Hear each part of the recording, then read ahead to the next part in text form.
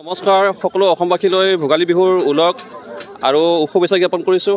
আমি এতিয়া বৰ্তমান উপস্থিত ডিমাকুচি আমাৰ ওদালগুৰি ডিষ্ট্ৰিক্টৰ আটাইতকৈ এখন উল্লেখযোগ্য বজাৰ। মাঘৰ বিহুৰ সময়ত মাছৰ বজাৰ খুব উজান উঠে আৰু মাছ কিনিবলৈ আমাৰ ইয়াতে সকলো ৰাইজে এতিয়া হেল্প কৰা লগাইছে। আমিও আহিছোঁ এতিয়া মাছ কিনিবৰ কাৰণে। মাছ প্ৰায় আমি এতিয়া ঠিক কৰিছোঁ, এটা আমি চিতল মাছ এটা ল'ম, 6 কেজি ওজনৰ এটা ল'ম। কিন্তু ইয়াতে ডাঙৰ মাছ আহিছে। আমাৰ ইয়াতে আহিছে বৰালি কমেও 20 কেজি ওজনৰ এটা আহিছে আৰু ৰৌ ভকুৱা এইবোৰতো আছে, ডাঙৰ মাছ আহিছে। প্ৰত্যেক বছৰে আহে। এখন উল্লেখযোগ্য বজাৰ এখন, ডিমাকুচি বজাৰ এখন। গতিকে বিভিন্ন জেগাৰ পৰা ইয়াতে মাছ আহিছে আৰু আমাৰ লোকেলো আছে। গতিকে মাছ সকলোৱে কিনিব আহিছে, কিন্তু দামৰ অকণমান তাৰতম্য আছে। বেলেগ ঠাইতকৈ ইয়াতে অলপমান মাছৰ বজাৰ দাম বেছি দেখা পাইছোঁ। বৰালি মাছৰ কিলো এতিয়া 1500 টকালৈ গুচি গৈছে, হয়তো বেলেগ ঠাইত হয়তো কম হ'বও পাৰে। হাঁহৰ দামো বহুত যথেষ্ট উঠিছে, ইয়াতে যোৰা 1500-1700 টকালৈ গুচি গৈছে। গতিকে সাধাৰণ শ্ৰেণীৰ মানে দুখীয়া মানুহৰ কাৰণে যথেষ্ট অসুবিধা হ'ব মাছৰ দাম যদি বেছি হয়। ধনী মানুহৰ কাৰণে প্ৰব্লেম নাই, কিন্তু দুখীয়া মানুহৰ কাৰণে অকণমান অসুবিধা হ'ব।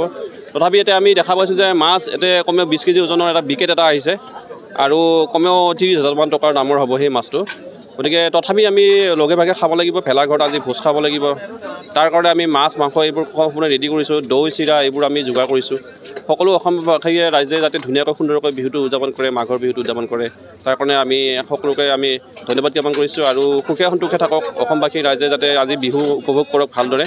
উৰুকাৰ নিশা সুন্দৰকৈ নিজৰ পৰিয়ালৰ লগত সুন্দৰকৈ এসাঁজ খাওক, তাৰে কামনা কৰিছোঁ। যাতে দুখীয়া মানুহে যাতে খাব পাৰে। বস্তুবোৰৰ দামবোৰো যদি চৰকাৰে কমাই দিয়ে ভাল কথা। মাছ যদি ইমান দাম হয় বা মাংসৰ দাম বহুত বেছি কৰিছে, গাহৰি মাংসৰ দাম বাঢ়িছে বা হাঁহৰ দাম বাঢ়িছে। গতিকে সাধাৰণ শ্ৰেণীৰ মানুহৰ কাৰণে, নিম্ন মধ্যবিত্ত আৰু দুখীয়া শ্ৰেণীৰ মানুহৰ কাৰণে যথেষ্ট অসুবিধা। আমাৰ বেয়া লাগে যে আমিতো কিবা কৰি খাম বাৰু, আমাৰ অলপমান আছে বাৰু খাব পৰাকৈ, কিন্তু দুখীয়া মানুহৰ কাৰণে যথেষ্ট অসুবিধা হ'ব দাম দৰৰ কাৰণে। হয়তো তেওঁলোকে খাবই নাপাব। বৰা চাউলৰ দাম বাঢ়িছে, বৰা চাউলৰ 70 টকালৈ কিলো গুচি গৈছে, জহা চাউলৰ দাম 70 টকালৈ গুচি গৈছে। গতিকে দাম বৃদ্ধি হ'লে মানে সাধাৰণ শ্ৰেণীৰ মানুহৰ কাৰণে যথেষ্ট অসুবিধা হয়। গতিকে অসমৰ বাহিৰা ঠাইত কেনেকুৱা ধৰণৰ নাজানো দাম, কিন্তু আমাৰ ডিমাকুচি অঞ্চলত দামৰ ক্ষেত্ৰত অকণমান বেছি দেখা গৈছে। টংলা বা এইফালে কলাগাঁও চাইডে হাঁহৰ যোৰা 1000 টকাত পোৱা গম পোৱা গৈছে, কিন্তু ইয়াতে 1700 টকালৈ গৈছে, 1500 টকালৈ গৈছে। গতিকে দামৰ ক্ষেত্ৰত অকণমান যদি চোৱা চিতা কৰে স্থানীয় প্ৰশাসন বা সেইমতে, তেতিয়াহ'লে নিশ্চয় আমাৰ ইয়াতে কিছুমান দুখীয়া মানুহৰ কাৰণে যথেষ্ট সুবিধা হ'ব। ধন্যবাদ। আচলতে আপোনালোকে আজি এই উৰুকাৰ দিনটোত বাতৰি সংগ্ৰহ কৰিবৰ কাৰণে আহিছে, তাৰ কাৰণে আমি মোৰ তৰফৰ পৰা আন্তৰিক শুভেচ্ছা জ্ঞাপন কৰিছোঁ।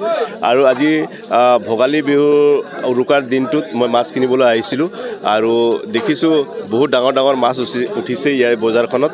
আচলতে ভাৰত ভূটান সীমান্তৰ এইখন হৈছে সীমান্তৱৰ্তী ডিমাকুচি বজাৰ আৰু এই গোটেই পিছপৰা বজাৰ।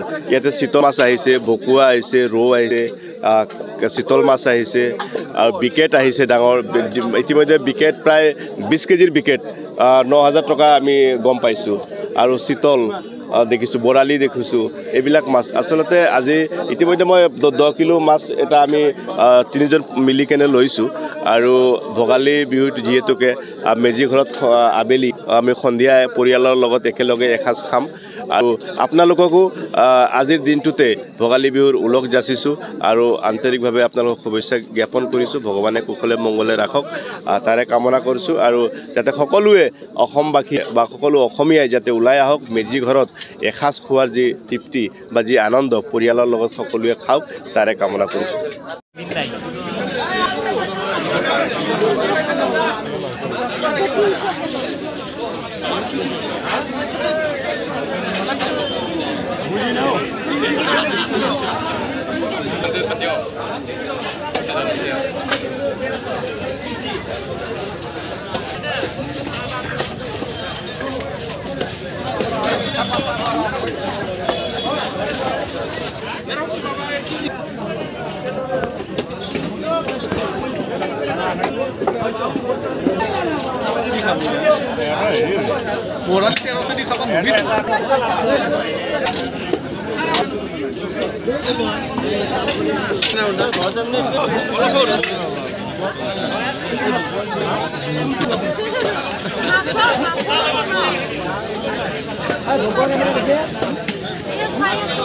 ভকুৱা এটা লৈ যাওক ডাঙৰ।